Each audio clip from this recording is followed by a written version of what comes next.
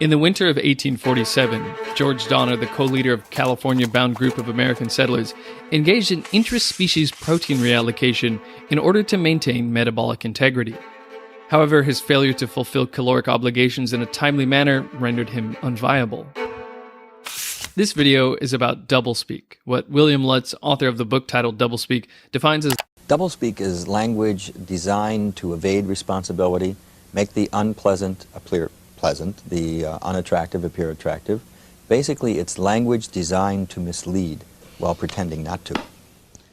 What line of work are you in? Waste management consultant. Let's say, for example, the person whose treacherous mountain climb my energy bar company sponsored cannibalized his climbing partner. It would be better for me to say something that technically communicates this information, but doesn't sound as terrible. Lutz says there are at least 4 kinds of doublespeak: protein reallocation instead of cannibalism, and Tony Soprano's creative phrase to replace mobster would probably fall under the 4th kind of doublespeak, which is inflated language that is designed to make the simple seem complex, or to give an air of importance to people, things, or situations. I don't know if that tape is working. You ate 3 desserts tonight. Forbearance is the watchword. That triumvirate of Twinkies merely overwhelmed my resolve. The concept of doublespeak stems from George Orwell's 1984. In the book, doublethink is a key concept. To know and not to know, to be conscious of complete truthfulness while telling carefully constructed lies. Doublespeak, though, is rarely about deliberately lying. For example, in January 2015, Sid Miller became the Agriculture Commissioner of the state with the 5th fattest high schoolers in the country, Texas. So, that same year, along with announcing a plan to combat obesity, he announced updates to the school nutrition policy in Texas, which included rolling back a ban on the use of deep fryers and allowing the sale of low-calorie beverages in Texas schools. By low-calorie beverages, he means sodas. I guess a soda is technically lower calorie than, say, a meal, but I doubt Coca-Cola is what you're expecting if you ask for a low-calorie beverage at a restaurant. Why do you have so many bowling balls? I'm not gonna lie to you, Marge. So long! So, doublespeak becomes useful obviously when you are obligated to communicate something, but are unable to straight up lie, yet communicating the truth bluntly or as clear as possible doesn't have the listener perceive the information in a way that you would like.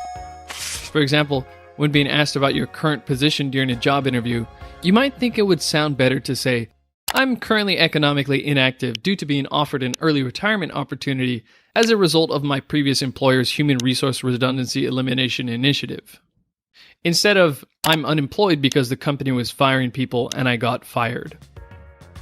Edward Sapir, in his essay The Status of Linguistics as a Science, says, "Language is a guide to social reality. Human beings do not live in the objective world alone, but are very much at the mercy of the particular language which has become the medium of expression for their society." A lot of times we don't want information communicated to us objectively and unembellished.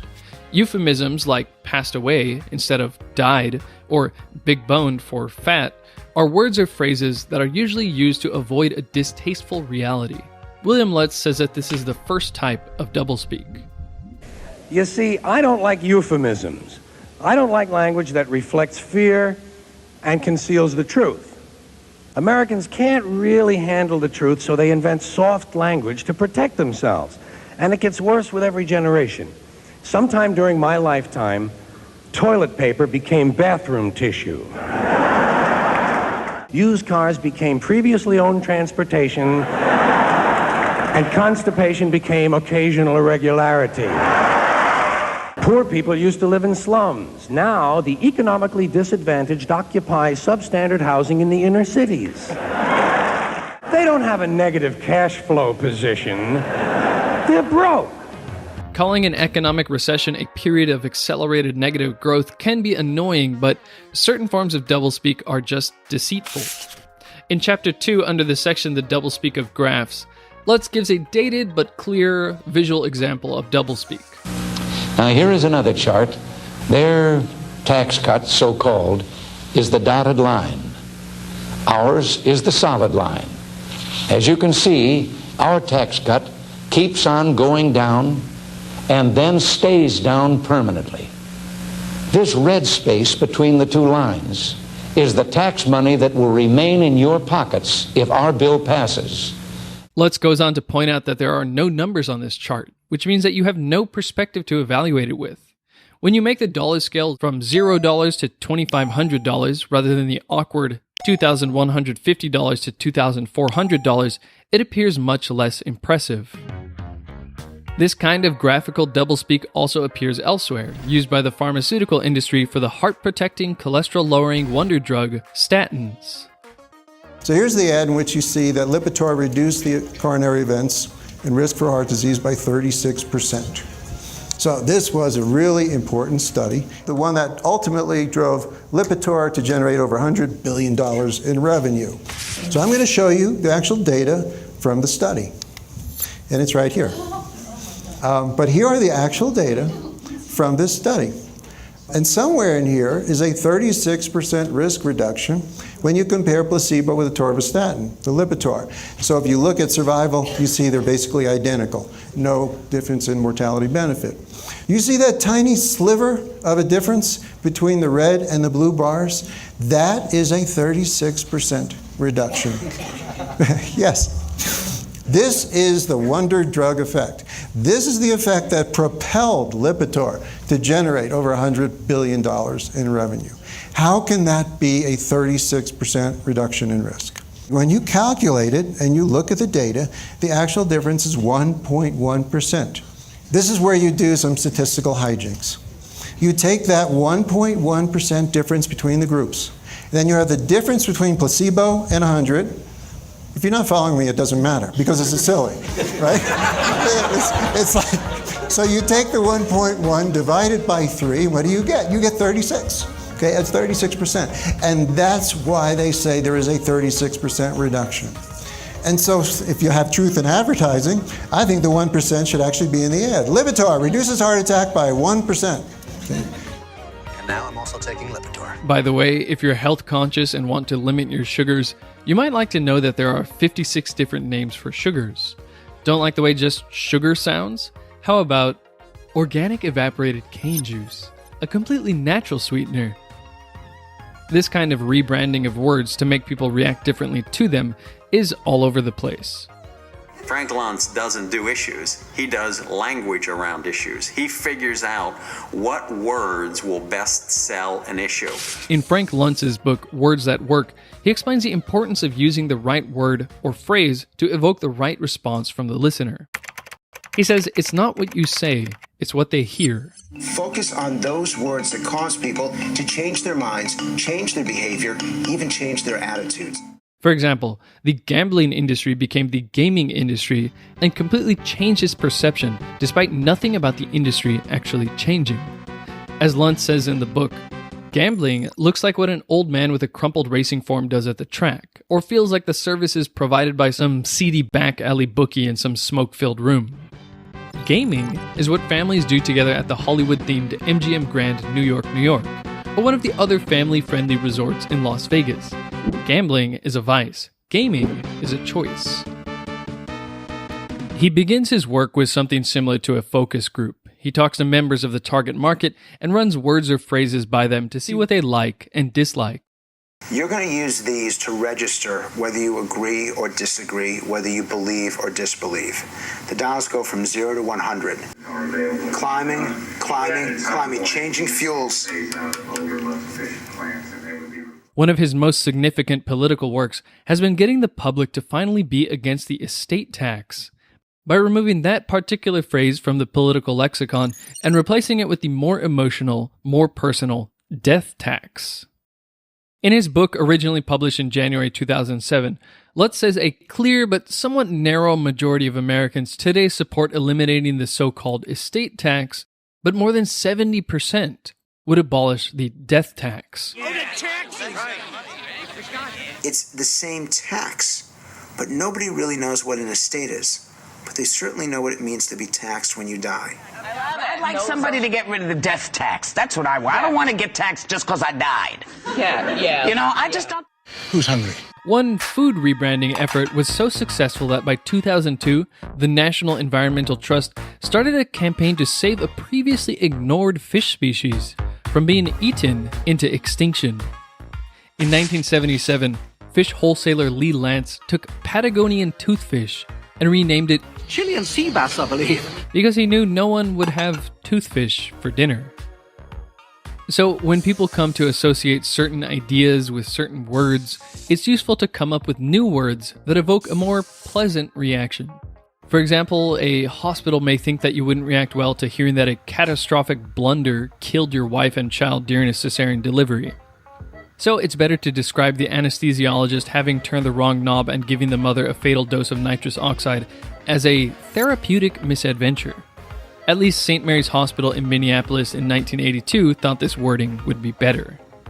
3 weeks ago in Los Angeles, the surgeons killed the patient in a series of incidents that the pathologist called incredible stupidity and incompetence.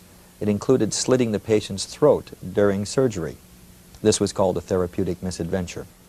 William Lutz says the second kind of doublespeak is jargon, the specialized language of a trade or profession.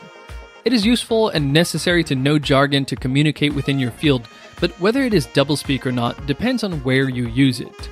For example, describing your computer keyboard key to your friend as a catastrophically buckling compression column switch and actuator is unnecessary, but is an appropriate descriptor to use in a patent. After giving President Reagan a routine physical examination, Dr. Daniel Rouge said that previously documented decrement in auditory acuity and visual refractive error corrected with contact lenses were evaluated and found to be stable. What? That sounds a lot more impressive than saying the president's hearing and eyesight haven't changed since his last exam.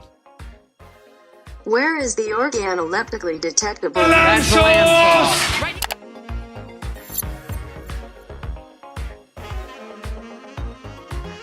And finally, William Lutz says the third type of doublespeak is gobbledygook, or bureaucratese. Basically, such doublespeak is a matter of piling on words, of overwhelming the audience with words. There are plenty of examples of politicians using bureaucratese when forced to comment on something that they really don't want to comment on, but a good example is NASA's ex-associate administrator Jesse Moore's performance in terms of the lexicon he was operating under. After the 1986 Space Shuttle Challenger disaster, Jesse Moore was asked if the performance of the shuttle program had improved with each launch. He answered, "I think our performance in terms of the liftoff performance and in terms of the orbital performance, we knew more about the envelope we were operating under, and we have been pretty accurately staying in that. And so I would say the performance has not by design drastically improved. I think we have been able to characterize the performance more as a function of our launch experience as opposed to it improving as a function of time." Pretty much everyone will at some point dress up facts in some kind of way, even in our day-to-day lives. People use doublespeak because from a young age we learn that consequences exist. So tell me, did you eat the chocolate cake? No, Mommy. Just because someone uses doublespeak doesn't make them a crook, but when you don't quite understand what is being said about something important to you, it's good to ask, what exactly is this person saying? For example, you might be looking into investing and come across words like subprime mortgage or collateralized debt obligation. It would be good to clarify for yourself specifically what that means. So the banks started filling these bonds with riskier and riskier mortgages. By the way, these risky mortgages are called subprime. So whenever you hear subprime, think shit. Hold on, so mortgage bonds are dog shit. CDOs are dog shit wrapped in cat shit. Yeah, that's right. Okay. And something I've been wondering lately, what does detox mean? It seems there's hundreds of products promising to detox your body, but what exactly is being detoxed? Cadmium or mercury? Reactive oxygen species? Benzene? Wouldn't it be nice to know which toxins are being detoxified by which product? So I could make sure to drink this when I'm taking way too much aspirin, or take this for my excessive use of BHT containing cosmetics. Maybe this detox tea product could help me detoxify metals or PCBs or something like that, but I wouldn't know because all I can find about the ingredients is that they are time proven to help your body with the detoxifying process. What the hell are you talking about? The following thought experiment is brought to you by Brilliant. In 1955, Tom Ewell was sitting on the floor of his house drinking champagne with Marilyn Monroe. The glass of champagne constantly produces gas bubbles on the bottom, which rise to the surface. Suddenly, a bout of appendix pain causes Ewell to drop his glass. What happens to the bubbles in the glass as it falls? A. New bubbles form and rise just as they did before. B. New bubbles form but they never start rising. C. All the rising bubbles fall to the bottom. Or D. All the rising bubbles remain fixed in place. Want to know the answer and explanation?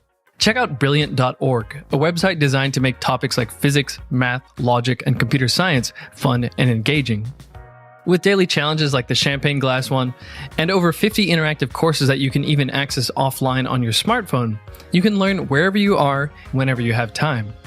So if you want to dive into a course packed with stories, code writing, and interactive challenges, or keep your mind sharp with bite-sized daily challenges, check out brilliant.org/WIL. And the first 200 people to follow my link will get 20% off the annual subscription.